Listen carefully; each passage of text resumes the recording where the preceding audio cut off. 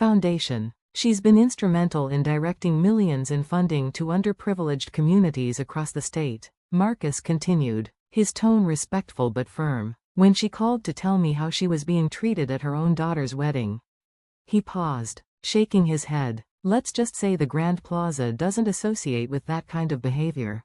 A stunned silence fell over the ballroom. The clinking of crystal glasses and soft chatter that had filled the room moments before was gone, replaced by whispers and wide-eyed stares.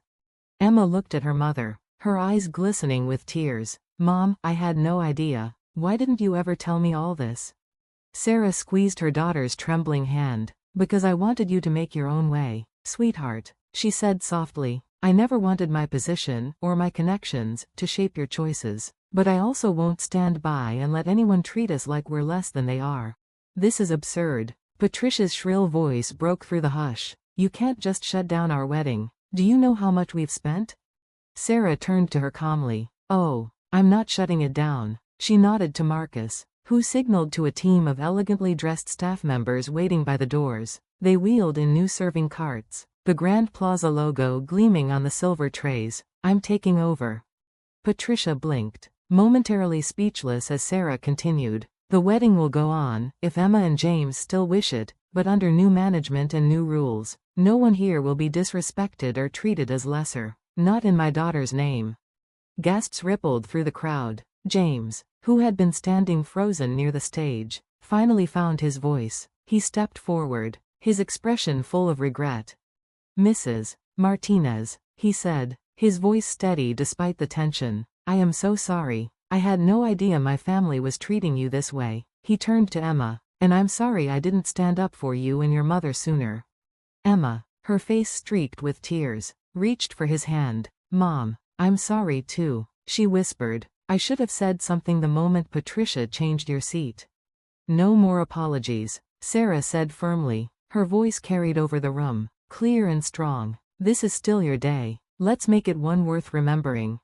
She turned toward the guests. Anyone who wishes to stay and celebrate Emma and James's love is welcome, so long as they understand one thing. In this room, everyone is equal. Everyone is family. A long pause followed, and then a murmur of approval spread through the guests. People began clapping softly at first, then louder, until the ballroom filled with applause. The atmosphere shifted, the tension melting away as laughter and conversation returned, lighter than before. The Thompson family, thoroughly chastened, retreated to the edges of the room. Patricia sat rigidly at her assigned table, her earlier arrogance replaced by tight-lipped fury. Her husband, Richard, busied himself with his phone, likely already drafting damage control emails.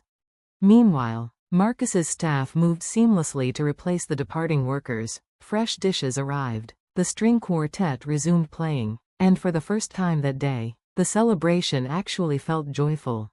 As the ceremony began, slightly delayed but infinitely more heartfelt, Sarah sat in the front row, tears glistening in her eyes. When Emma and James exchanged vows, their voices trembled with genuine emotion, untainted by pretense. Jenny, the young staffer who had helped Sarah earlier, caught her eye from across the room and gave her a small, triumphant smile. Sarah smiled back, feeling a warmth spread through her chest. Sometimes, she thought, the best revenge isn't about getting even, it's about standing tall and letting the truth shine. But the day wasn't over yet.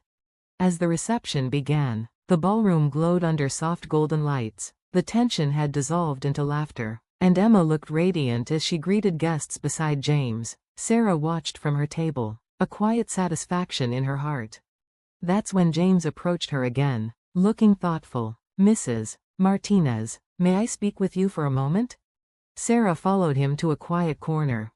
I wanted you to know, he began hesitantly. I've decided to resign from my administrative job at my family's hospital. Sarah blinked in surprise. James, that's a big step. I know, he said with conviction, but I want to go to medical school, like Emma. I've always admired how she helps people, how you help people. I don't want to manage hospitals from an office anymore. I want to heal. Sarah's expression softened. That's a brave decision, James, and the right one. Before she could say more, Marcus returned with someone beside him, a woman in an elegant navy suit whose presence instantly commanded attention. Dr. Catherine Reynolds, the State Health Commissioner. Sarah Martinez, she said warmly as she approached. I'm so glad I caught you. I heard quite a story on my way in. Patricia, sitting nearby, immediately sprang up, smoothing her designer gown. Commissioner Reynolds, what an honor. Dr. Reynolds cut her off with a single look. I'm here for Sarah. She turned back to Sarah with a smile. The board meeting next week, we've reviewed your proposal for the Community Health Initiative. Not only are we approving it, but we're doubling your funding. Gasps and murmurs rippled through the crowd again. Sarah could hardly believe it. And one more thing, Dr. Reynolds continued. I'll be retiring next year, and the governor's asked for my recommendation for a successor. Her eyes softened. If you're willing, I'd like to put your name forward. The ballroom went still. Even the music stopped. Patricia's complexion turned ashen. But, she's just a nurse, she blurted, her voice breaking. Just a nurse? Dr. Reynolds's tone sharpened. Sarah Martinez has built programs that saved thousands of lives. She's transformed access to care across the state while your hospital chain was raising gala funds and chasing donors.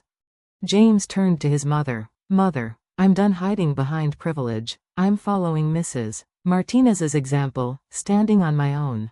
Patricia looked ready to collapse, but no one paid her any mind. The rest of the evening unfolded like a dream. Guests lined up to speak with Sarah about her work. Emma and James danced, smiling through tears, surrounded by people who now saw Sarah for who she truly was, not as a nurse from a modest background, but as a woman of strength, compassion, and quiet power.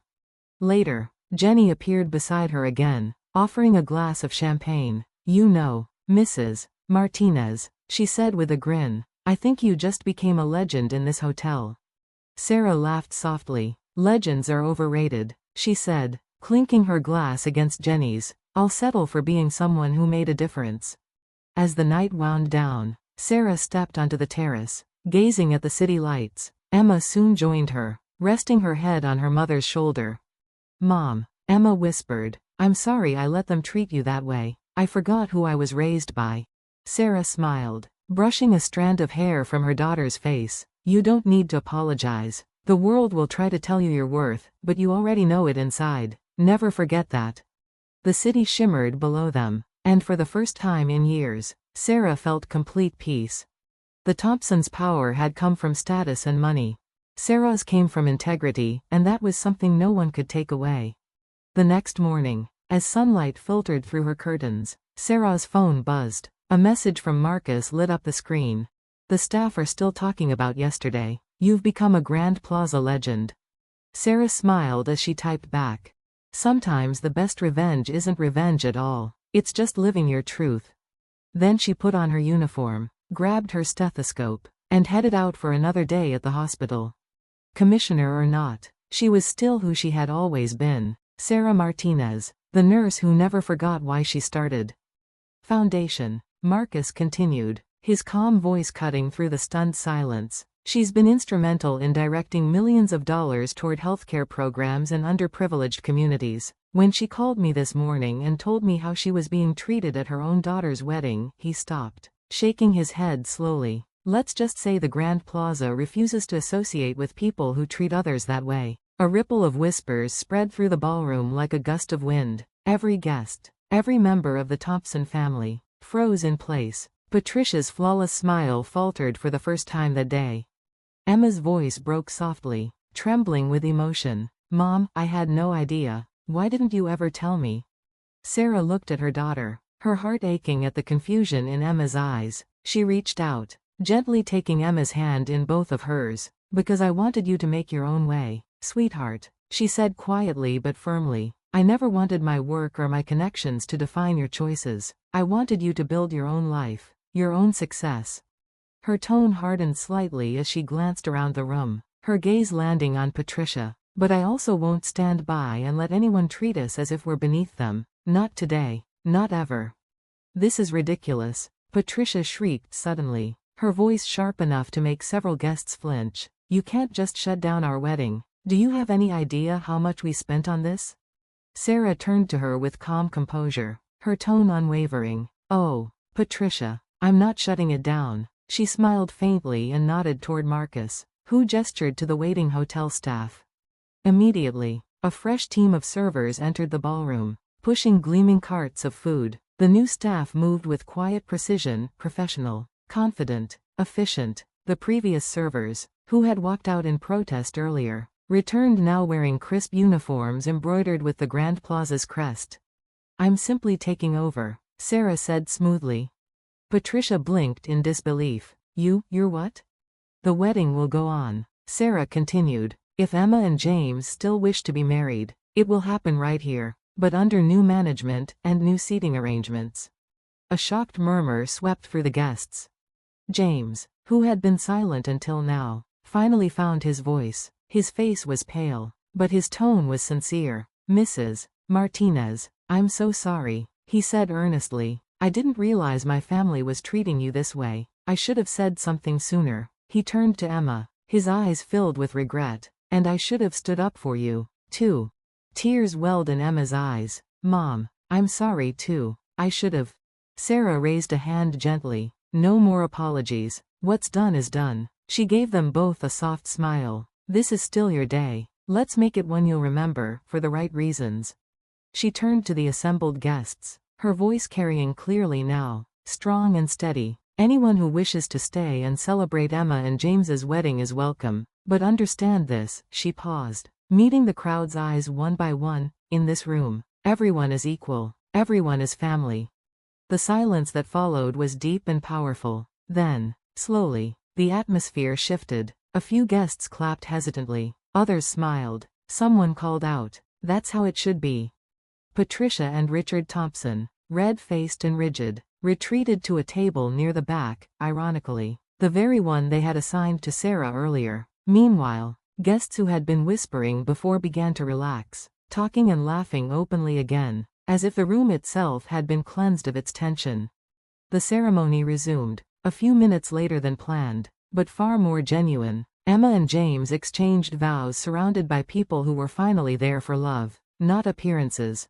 Sarah took her place in the front row, Jenny catching her eye from the side of the room and flashing her a small, triumphant grin. Sarah smiled back, her heart full. The day had taken a turn she could never have predicted, yet somehow, everything felt exactly right. But the surprises weren't over. As the reception began, the room glowed under soft candlelight, the string quartet played gentle melodies, and the guests mingled with newfound ease. The Thompsons, stripped of their airs, looked like ghosts at the edge of a celebration they no longer controlled. Patricia sat stiffly at the corner table, her once impeccable poise slipping. She poked at her untouched meal, her husband scrolling furiously on his phone. They looked utterly out of place now, small and forgotten in a room that no longer revolved around them. Sarah almost pitied them, almost.